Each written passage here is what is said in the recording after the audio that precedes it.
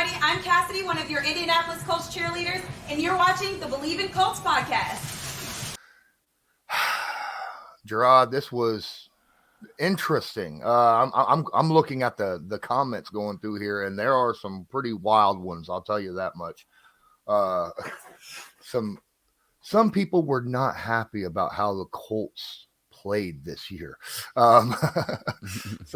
which is understandable. I get it. I understand. As a Colt fan, but at the same time, you just kind of have to. Sometimes every team has years like that, and you just got to basically take it in the mouth and move on, All right. It happens. Yep, exactly. Moving on to the next week, let's go ahead and discuss the divisional round as that's coming up, and that's going to be huge. We got 4 games for the divisional round. I don't know, dude. Jacksonville at Kansas City. What do you think about that game? I think Kansas City is going to remind people, who they really are, at the end of the day. It's been a lot of talk about Bills coming out of the AFC, Bengals going back and all that, and nobody really seemed to be talking about the Chiefs anymore. And I think, this would be one of them games. I think Jacksonville will come to play, but everybody know how in January in Kansas City, the weather and all that type of stuff comes into play and how hard it is. And the fan base in Kansas City and how passionate they is. And you're talking about a Super Bowl winning team already that's eager to get back there and repeat. And I feel like Kansas City want the Bengals at the end of the day. I feel like they want to kind of revenge themselves off of how they ended last year and those type of things, and the whole Joe Burrow beats Mahomes when it matters, and and all that type of talk. So I think they're going to take care of business versus Jacksonville, but it is the playoffs, and when you're hot and you got momentum, there is a chance that you can beat them. But I'm going to say that Kansas City is a mature enough football team to go out there and get the job done. Yeah, look, Jacksonville can't give 5 turnovers to Kansas City. Yeah, not versus Kansas City. No, there will be no comebacks if Trevor Lawrence starts the day off with 4 picks. I mean, there just won't. Patrick Mahomes and that offense will put points on the board. So Jacksonville defense though been playing lights out now, lights out. So I do think Kansas City put points up, but I don't think it's going to be points like you think, though. I still think it'll be kind of a close ball game at the end of the day. I just don't think Kansas City just going to run away with it, but I do think they're going to take care of business. Okay. I'm just, surprised that Jacksonville started the season off the way they did and ended up not only making the playoffs, but getting an upset victory in the wild card round against the Chargers. That says a lot about this young Jacksonville Jaguars team being led by a Super Bowl winning experienced head coach coming in on his first year. And that's my thought. It means that they're going to be a force for years to come in the AFC South. I agree. They're going to cause some problems in these next coming years for sure. They're only going to get better. Yep, absolutely. I agree with you though. I think the Chiefs win that game. Remind everybody that BetOnline remains your number one source for all your sports betting this season. Everything from the NFL and the bowl season to esports. You'll always find the latest odds, team up, matchup info, player news, and game trends at BetOnline. BetOnline features live betting, free contests, live scores for almost any sport or game imaginable. We're the fastest and easiest way to bet on all your favorite leagues and events. Head to betonline.ag to join and receive your 50% welcome bonus on your first deposit. Make sure to use that promo code BELIEVE, that's BLEAV, to receive your rewards. Bet online, where the game starts. Giants at Philly. There's 2 games. I mean, really all the games here are going to be good. This one, I think Philadelphia fans better get a little bit worried because, in all honesty, the Giants, you said it earlier, they're dangerous. Their backs are against the wall, but they don't have anything to really They don't have to prove anything. They can go out there and just play free because they weren't even supposed to be here. Yeah, and it's tough playing against, like I said, it's tough playing against your own division. I mean, you got 2 games on film that you can go back and scout and look at yourself versus your opponent. And normally, like you say, the Giants are coming off a victory. The Philly is coming off a bye week. So when you got that momentum and you're going into that stadium and you're familiar with your opponent and you're not scared of your opponent, I'm eager to see how Philly start the game. Is they going to start hot and fast like how they normally start, or are they going to look like they're coming off a bye week and they're trying to get that energy back going? I mean, we know how the Philly fan base is going to be. It's going to be that game right there will be one of the most fun games to watch just because of the hatred between the two. Eli Manning even said that, he's going to be in the stadium, and he vowed not to go back to Philly after he retired, and he said he has to be there. So that's probably the main game that I'm kind of eager and can't wait to watch, just because it's going to be a fun one. And the Giants, if you want to put your name out there and make people respect you, win this game and see how your offseason, be, whether you make it to the Super Bowl or not. It'll be a lot of people that'll be picking you to win the division next year and doing all those type of things, to where now you got the target on your back. And Philly, it's just a matter of them just, continuing to do what they do. They've been great all year long. Defense has been balling. Offense has been balling. Jalen Hurts has been playing lights out. So we'll see if they can stick to the script and do what they're supposed to do. But I think they'll face some adversity in this game because, like I said, it's a familiar opponent and it's tough to beat. It's tough to beat guys 3 times in a row, at the end of the day. It is. And like you said, Daniel is coming into his own right now. Dayball, I think, wins Coach of the Year for a reason, So yeah, this is going to be an interesting matchup. To me, it's a coin flip. Eagles should win this game. But yeah, I got Philly winning it. I feel like the Eagles should win, but I can't count the Giants out in this one at all. If the Giants pull this upset, it would not surprise me at all. Yep. Then we got the Sunday matchups. This is going to be something that I think we all have been waiting for the last 2 weeks, right? This is basically what we were hoping for when the Damar Hamlin situation went down, right? Yep. Bengals, Bills. Your thoughts about this game? Definitely it might be kind of emotional to start, just knowing how the last time these two teams got together and what transpired and what took place.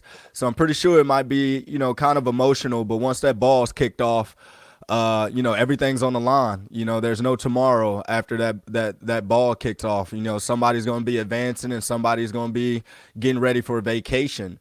I think that the Bengals got a lot that they got to fix based off what we saw versus the Ravens. There's some things that they got to clean up. And Dolphins, there's some things that they got to clean up based off what we saw versus Miami. So I expect both teams to be better than they were the week before. But I'm gonna say that I feel like the Bills is gonna win this one, just off of maybe Josh Allen, playing the best game that he's possibly ever played in the playoffs. But I mean, with that killer over there with Joe Burrow on the other side, man, and the weapons that he got with Higgins and Chase and Boyd and all those guys mixing back there at the running back position, if that offensive line holds up and give them some time to kind of dissect things, I mean, I think this one can be the high scoring game that we're kind of been waiting for. I think this one can go back and forth and come down to whoever has the ball last. Oh, I mean, definitely the two teams have incredible offenses. These are two teams that love to air it out, throw the football, get a lot of points on the board.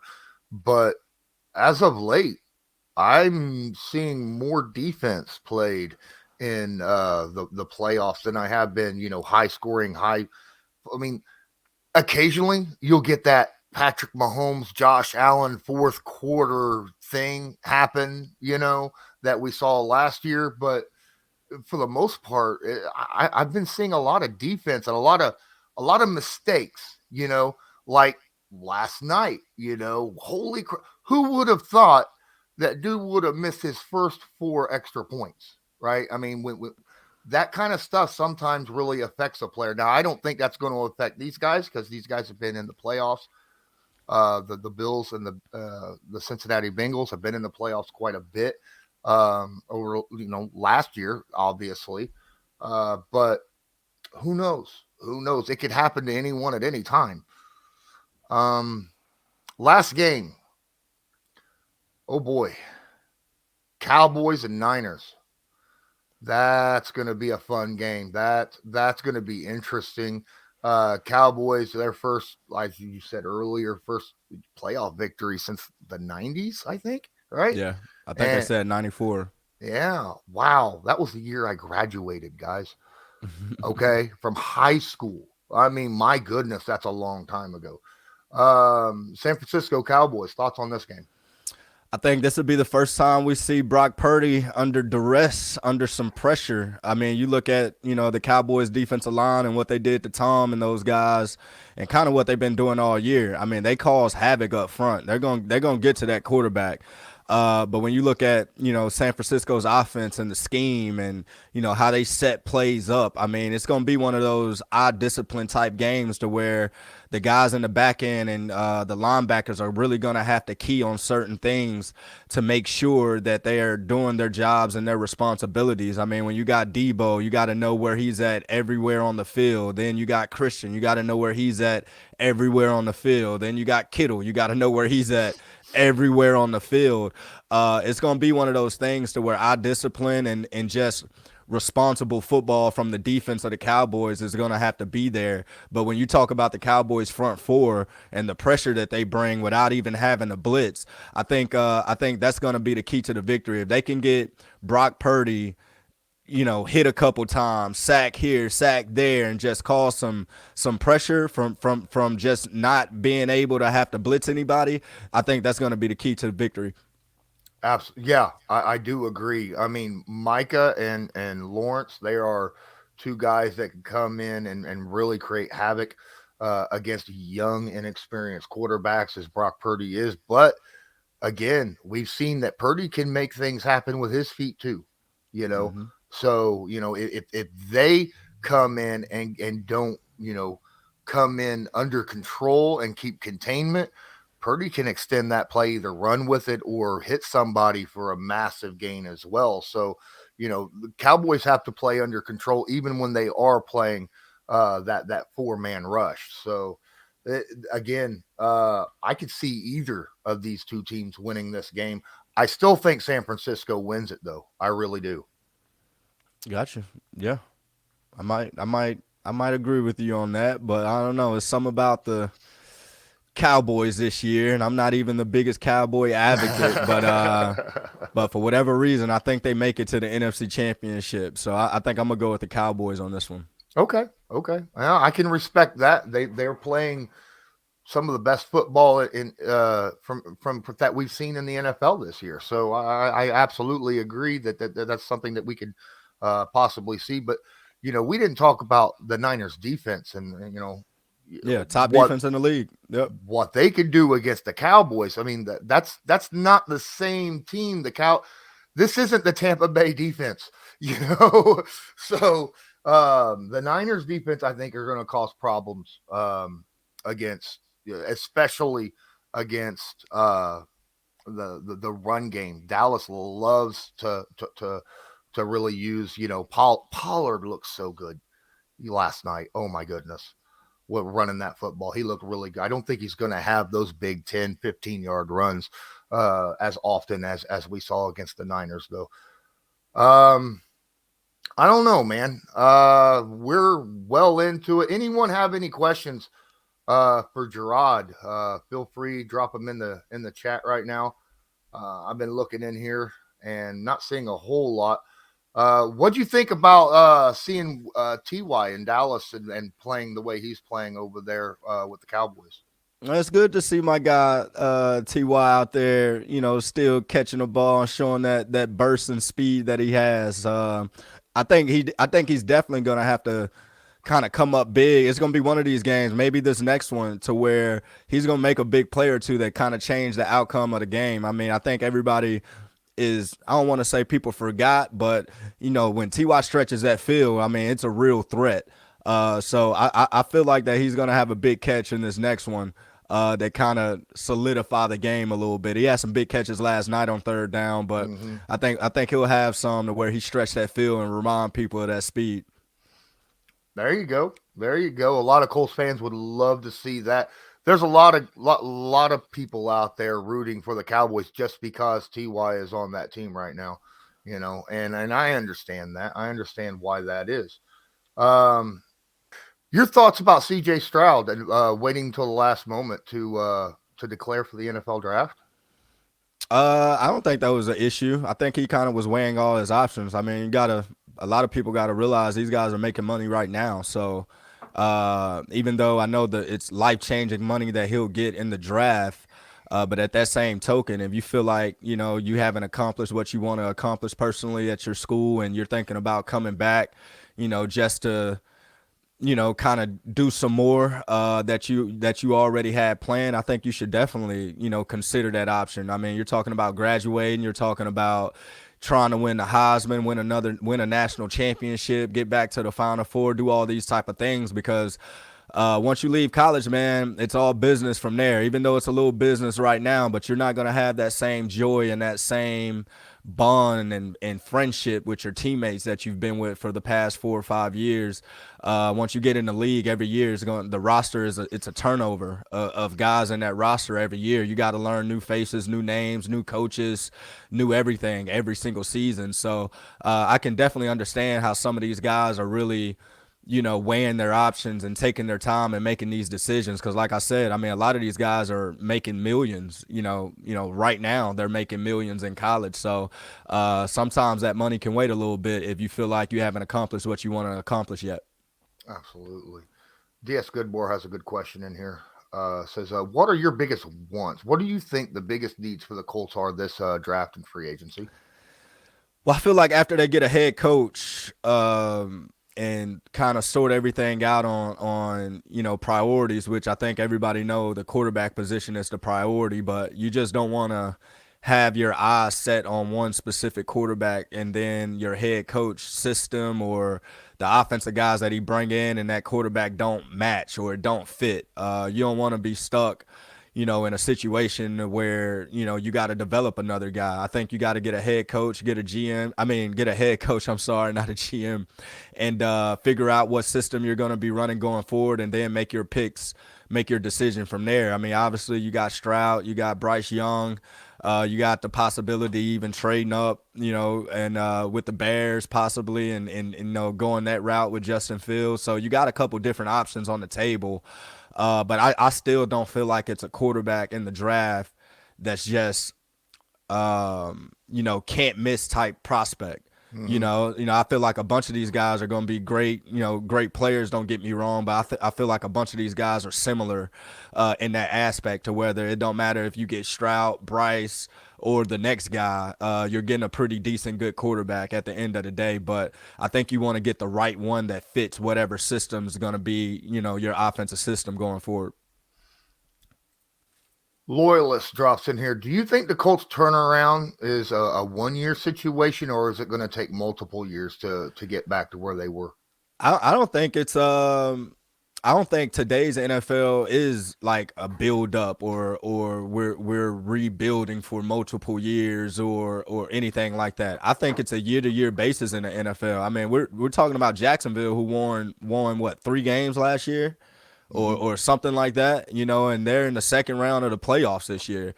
So I don't necessarily believe that teams in today's NFL have time to develop or wait. You want to get the right pieces into your building, into your organization right now. You want to win right now. There's not a team in the NFL that's saying, hey, in 2 or 3 years, we're going to be great. You don't know what's going to happen in 2 or 3 years, at the end of the day. So I think you're trying to get the right pieces, the right coaches, the right systems, the right everything so you can win right away. I mean, the Giants, they only won what 4 or 5 games last year, and they're in the second round. I mean, you look at some of these teams, man, and it's overnight. It's about just getting the right pieces at the end of the day. I don't think you have time to build in today's NFL. Okay. In other aspects, yeah, like you can get a D lineman and say, hey, this is a development type thing. You can get a backer, you can get something like that, but there's not a GM or owner saying, hey, in 3 or 4 years, this team's supposed to be here. No, these owners want to win right now. These GMs want to win right now. So it's just about getting the right pieces and making it work. Okay. My opinion. Yeah, great answer. I think that was a really good question too. You know, I think it is something that, you know, a lot of people think that, you know, owners are all good about, you know, a complete teardown and rebuild of a team. You know what I mean? And I don't think that's something that's going to happen with the Indianapolis Colts. I mean, we still have our GM, right? So that speaks volumes on where Irsay is thinking when it comes to, you know, his team and what he wants to go with. He still has faith in Ballard and the way he's been building this team. He just, you know, got to retool, got to find those, especially that quarterback, right? And then obviously, yeah. I mean, obviously, everybody know if you don't have a quarterback in this league, it's impossible. It's impossible to win. I mean, I don't care how good your defense is. It's not the 1990, what was it, 6 Ravens or whatnot. I mean, these guys are throwing the ball. Like Tom Brady threw the ball over 50 times last night.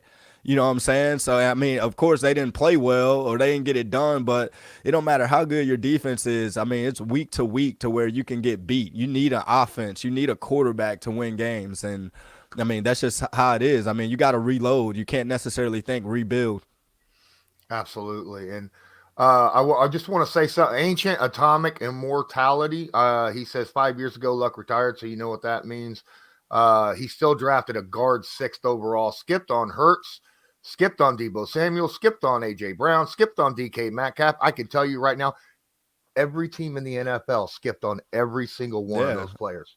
I mean, all those guys, not just the Colts. Yeah, but and all those guys turned out to be great players, but you don't know who's gonna turn out at that moment. I mean, Jalen Hurts had just lost his job to Tua, had to go to Oklahoma, get better as a passer, and he did all those type of things. So it was a matter of Jalen Hurts finding somebody who believed in him. It wasn't like Jalen Hurts was walking around saying, I'm the best quarterback here, like I'm a can't-miss type prospect. Jalen Hurts went to the Eagles and is in a great situation for him. You look at the pieces that's around him, you look at the defense, you look at the system, everything fits what Jalen Hurts was bringing to the table. Let's say Jalen Hurts came to Indy. It might not have worked out. It just might not have worked out. You just never know. DK Metcalf came to Indy and we don't have a quarterback. What's the difference in him and Pittman? It might not have worked out. So all these guys that we're talking about went into situations to where it kind of benefited the team that they were selected by. I mean, Seattle was looking for a number 1 receiver, big time player. They had just lost some guys, you know, from the years past that decided to retire and step away and do all those type of things. So all those guys went into situations that was great for him. Deebo Samuel was doing the same thing he's doing now in San Francisco and South Carolina. System and everything. They were using Deebo Samuel as a running back, as a wide receiver, and all those type things. If you're drafting Deebo to your system and you don't have that system to fit Deebo, you're wasting his talent, you know, at the end of the day. So a lot of times, you know, we see what these guys are doing now and say, I can't believe that our GM didn't select this or do that. I mean, how you win games is having a great offensive line and a great defensive line, first and foremost. If you don't have a good offensive line or a good defensive line, it's going to be hard to block anybody and it's going to be hard to stop anybody. You know, so you have to build from, you know, the trenches and up. And once you got your trenches in place, now you can go into the draft saying, I need the best skill guy available. Like, we got guys that can block. We got guys that can get to the passer and all that. Now I'm looking for the best player, period, to come in and just add to what we already have. So, you know, sometimes fans, you know, you can look at, you know, some of these players, you know, they're 3-4 years in now and see what they're doing and be like, I can't believe we missed out on this guy or did that. But at the moment when it was happening, you didn't know these guys were going to turn out that way. No, and again, you brought up, there's a couple things I want to get to with what you're saying here. Just because he's a player successful on one team, like you said, does not necessarily mean he's going to fit in the scheme and the players and the coaching of another team. That's no more evident than what happened with Russell Wilson this past season, right? I mean, that's big situation.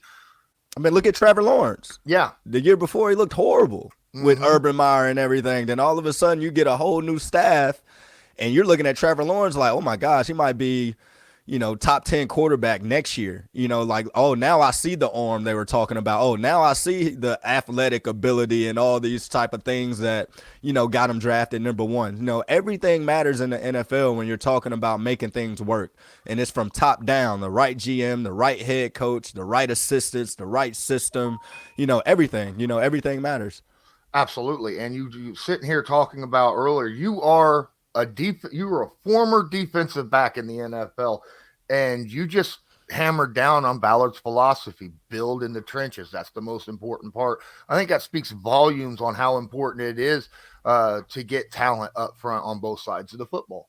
Yeah, I mean, you have to. What did the Bengals do after their run last year? They went and tried to fix their O-line immediately. That's what they're not saying that they got the right pieces or whatever, but when you look at the decisions that was made, they were like, hey, we got to fix our O-line like right now. Like, we got to protect our prize and the prizes around us. So if you ask any GM or owner across the league, they're going to tell you, like, it starts up front. I mean, you can have the best. I mean, Andrew Luck. I mean, one of the reasons why Andrew Luck probably retired at the end of the day, he almost got killed. I mean, every week he was taking a beating.